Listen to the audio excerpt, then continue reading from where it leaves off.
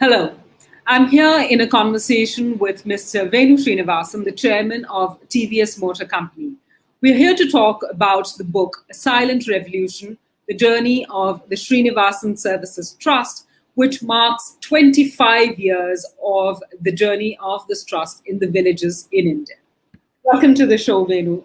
My first question is on the title of the book. Why is it called A Silent Revolution? Because when we started SST, we did not do any landmark buildings or infrastructure. We started with the minds and hearts of people. And so it is actually stealing into the hearts and minds of people and starting an inner change in them. And therefore, for years, till actually the people started demonstrating new behaviors, hygiene, nutrition, no littering in the village, that you start seeing a change. So the change creeps in on you, and it is not sudden with any dramatic building to show for it or dramatic infrastructure to show for it. Okay, the book in a way marks a milestone, which is 25 years of the work of SST. And when you read the book, it's clear that the organization's come a long, long way. But what was it like when you started it? And, what was your ambition for SST at that point in time? And how has it evolved? See, ambitions also evolve. I have never started with a very big picture. I've always started with a horizon and working my way towards the horizon. And the horizon keeps expanding.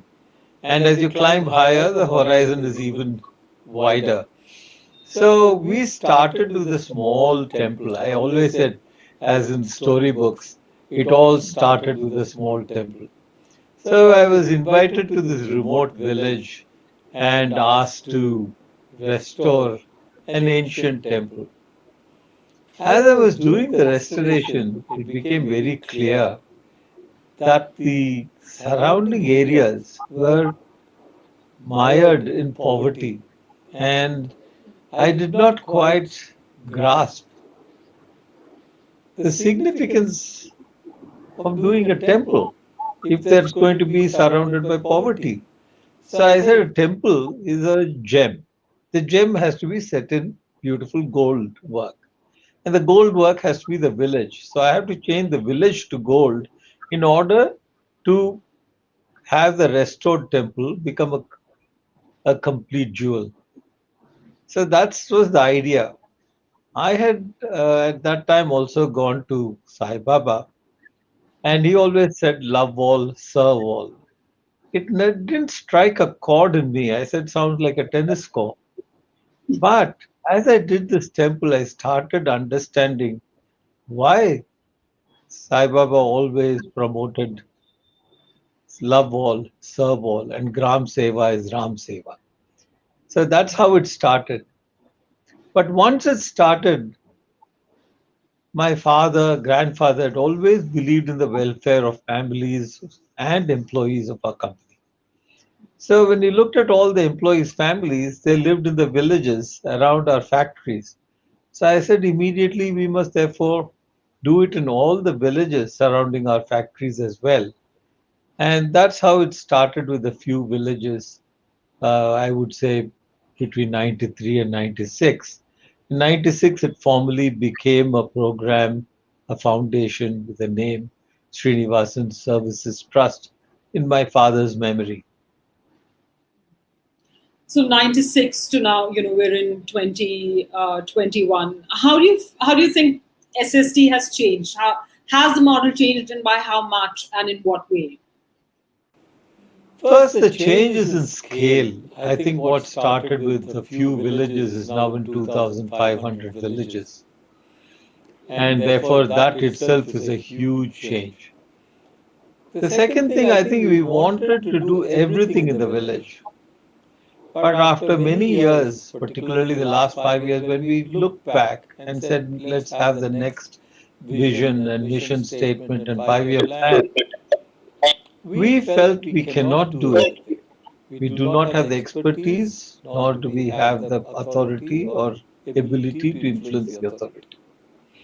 So we have now focused on what we always focused on, social empowerment through women empowerment.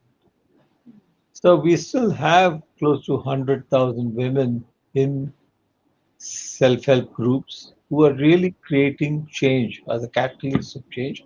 In fact, the active ingredients of change. The second, we continue to support farmers with farmer clubs. So that we continue economic and social development through women and through farmers. The next area we felt was we would take it upon ourselves education, but we felt really we could not influence education beyond a point. So we focused on Anganwadis, Balwadis, and provision of toilets with running water in all schools. We felt that's all that we could do. We are not able to change the teachers and the way the school works. Mm. Third, when it came to health, again, we are trying to do too much. So we said, let's focus on supporting the maintenance of all primary health centers in the areas where we operate. So all of them would be painted, cleaned, toilets would be have running waters, the fans would work. So we said that would be a far better thing to do because it would support the local doctors, enthuse them, motivate them to work. Same thing the Anganwadis and Balwadis. We maintain them completely. So that's what we did in health rather than try and say we will improve anemia, we'll improve child mortality. We found that really we are not equipped to do that. Then, when it came to local infrastructure, the other infrastructure that was important was the veterinary clinic. Our livelihoods are based on huge livestock program. That is the major source of income. So again, we completely maintain and support the local veterinary clinic of the government by maintaining it, cleaning it, and providing again toilets and running water. So this is what we do. The other thing that we are focused now is water. We always did, but now much more scientifically with external help on geomapping, geology, where should we have check dams, where should we create reservoirs, how which reservoir should be desilted, and we have spent enormous effort in the last 3 years in creating additional water holding capacity that directly supports farm income and economic progress. Uh, we did afforestation. In fact, we did 12,000 or I don't know how many hectares of afforestation. But now we're focusing on, let's say, a few 100,000 trees every year through social forestry and farmers planting trees on their land. But we have not got any more major afforestation programs after that work in Patayvid. So, when I read the book, what you've explained is what definitely is happening in those 2,500 villages. But there are villages beyond that, almost, I think, nearly 5,000, in which, or another 2,500 almost, where SST has started, is surveying, is looking at doing some work, is trying to come in and see how they can start working with the villagers, which makes it a somewhat large footprint. But to me, what was really interesting is that a lot of the work that SST does is in trying to change attitudes, which isn't really easy. I mean, how do you change the attitude of people? How do you change the attitude of villages and villages in India which are so diverse? So, how does SST go about doing this? It's a long process and a process where we had to learn. I learned as much from villages as probably villages learned from me because villages are timeless and the patience and they have intuitive common sense. They're not dumb. And many NGOs fail because we come from the city educated and we said this is what's good for you. But what I learned from the village is that we need to understand the life, we need to understand the environment, We need to understand what are the opportunities, what are the problems, and only then can we create solutions which will be suitable for them and which they will also intuitively buy. So it's a slow process of change. And change starts with yourself. Change does not start with other people. So if I don't change myself, I cannot change them. So I had to change myself to be with them, be one with them, empathize with them, sympathize with them, identify with them before we could do changes. And I think that was the real reason why we succeeded. And so, if you were to look deeper within you, what is it the one thing that changed? I mean, which was a significant marked shift. I think the biggest change is that that everybody has a spark of divine in them, irrespective of caste and community and economic status. I think that is the significant change that took place within me. Uh, each of them is a human being. Each of them is a beautiful human being with all their flaws and all their problems. They're just beautiful people there. And I think it really was a remarkable change that came over me because of them. One of the anecdotes that stayed with me in the book is the story of the dripping tap and how, in a way, that changed SST's approach to community work. I'd love for you to talk about that. See, when we started working, one day my Japanese teacher of TQM, I still call the traditional word teacher, sensei, he came and he said, Venu-san, your model is give and give. That's easy to do, but not sustainable because companies will go up, companies will go down. There might be periods when you cannot do. So what do you have to have a give and take program. Then the question became, what do we take from poor people? And then after a lot of deep thought, we came to the conclusion what we can take from them is behavioral change, attitudinal change, a new mindset. And the dripping tap illustrates the change in that mindset. We were not going to go and repair it, which was very easy to do. We said, no, you must contribute, you must take ownership of your dripping tap, and we will support you. And you must contribute to not only the dripping tap, but every problem in the village. There must be a contribution. Maybe 5%, 15%, maybe 50%, depending on the problem. And that became a significant difference between SST and any other NGO. Because when we, for example, wanted a forest road, we went to the forest people and said, we will provide you gravel, but we will not provide you labor. And we hire a machine if there's a machine need. But you will lay the road. And that's how that Javad Hill road was a beautiful small bridle path became at least a road on which a jeep and a two-wheeler could go. So it became a way of life. And today we believe that they must take ownership. It is their project, it is their lives. And if it is just done for them, it actually takes away from their self-esteem. So if you want them to grow as people and grow as society, they must have self-esteem, and that can only come by achieving it yourself.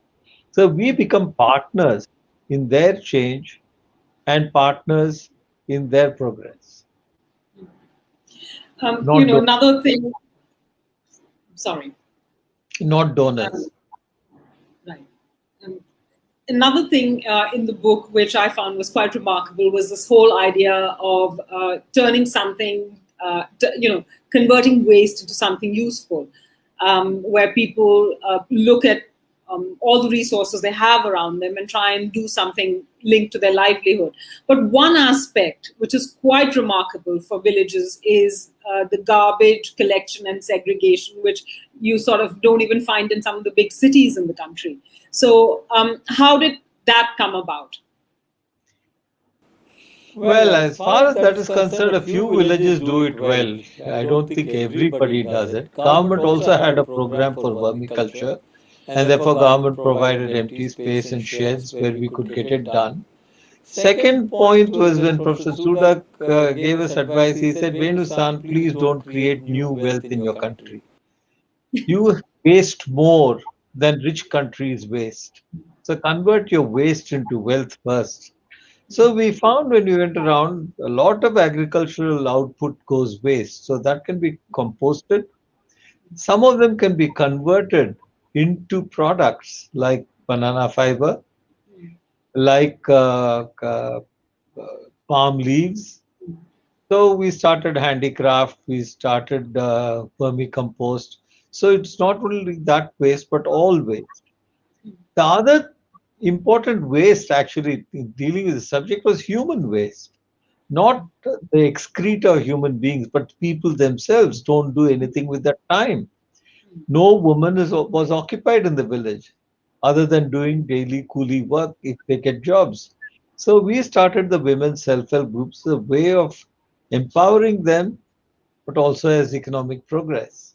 So process, when he said waste, we started looking at all the waste. Government buildings were not functioning, government programs were not functioning, that's a waste. Uh, the seeds that were bought by farmers were not of poor quality, it was mixed seeds with, let's say, a longer term crop, a medium term crop, a shorter term crop. So some of them would not germinate, some of them would germinate too early or set too early. So we had to buy standard seeds. We found water was wasted, too much water. We found that pesticides were overspraying or underspraying caused waste. So all these fertilizer again, poor application, NPK balance not being there created waste. So we started looking at all waste in the village, not only the physical waste or solid waste or liquid waste. Um, when you read about SST in the book, what's quite clear and palpable is that it's a different model in that it tries to touch upon all aspects of life in a village, whether it's education, whether it's social empowerment of women, infrastructure, agriculture. A lot of companies, though, when they look at CSR work, think of what can I do really well. For example, can I just get into healthcare? Can I just get into education? Having done this now for 25 years, what is your perspective on what's a really doable and scalable model for a country like India where our problems are so enormous? See, there are many ways to contribute. I will not take away from anybody else's way or their focus. Some people focus on primary education, some people on women, some people on health. All that is welcome. India can do with a lot of help in the villages. But when we wanted to do, we had limited resources, so we had to innovate. So I would say we made a virtue out of necessity. And the only way we could do it by villagers doing it for themselves, by themselves, of themselves. And Professor Suda gave us this model. We had TQM in the company, total employee involvement. Why can't I have total village involvement, TVI, where every villager is involved in the progress of the village, the farmers through better processes, the women through self-help groups, because women are really the glue that sticks our society together, any society. And empowering them and giving them income goes immediately to nutrition and health and education of the children. The third is the PTA. That the PTAs, everybody should be involved. In the areas where you're working forest, there is forest village committee. Again, the same people. So our villagers and particularly women of a self-help group are involved in all the activities. They support the Anganwadis, Balwadis. So if we wanted to become TQM villages from the point of view of total village involvement. And what if someone were to say, how can a company that sort of works in, say, just one particular area, whether it's healthcare or women's welfare, work with a foundation like SST?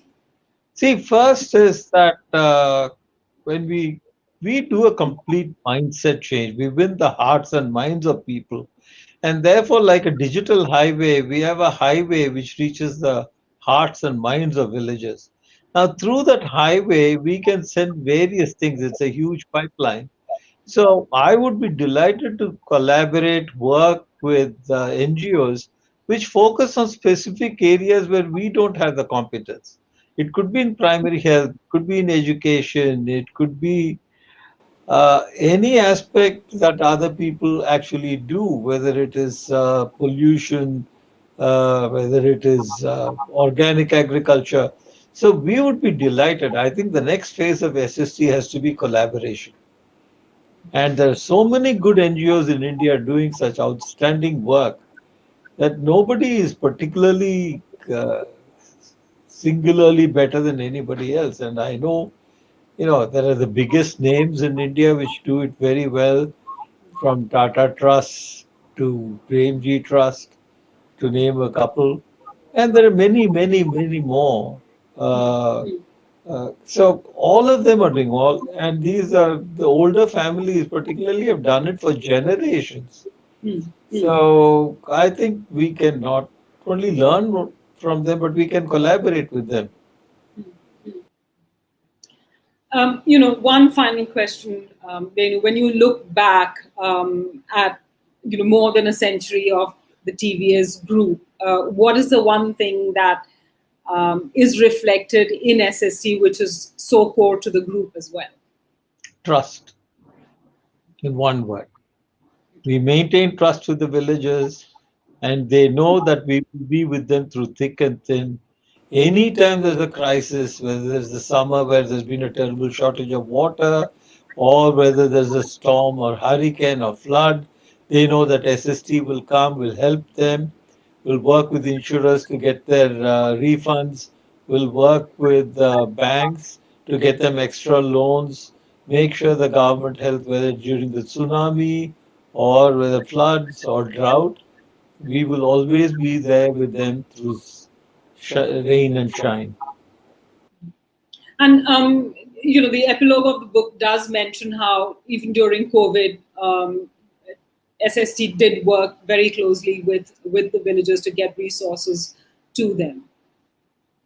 We did. We provided food. We provided uh, disinfection services, masks, coats. We gave not ventilators, oxygen concentrators. We not only spent a lot of money, but we had the manpower. What SST gave us, the ability to reach out 400 people going and reaching out, although many of them were clearly quarantined because they were above 60, but all the others could actually go out and work with the villagers, educate them, help them, even on vaccination, vaccine hesitancy. We go out and tell them, you must vaccinate, it's good for you. So TVS who's trusted, SST who's trusted, says that they should do it. They are happy to do it. So we played quite an important catalytic role during that time, other than directly giving help. Thank you so much for your time, Venu. Thank you. Thank you, Anjana. Venu, thank you so much for taking us through all the stories about the trust. It's been a real pleasure.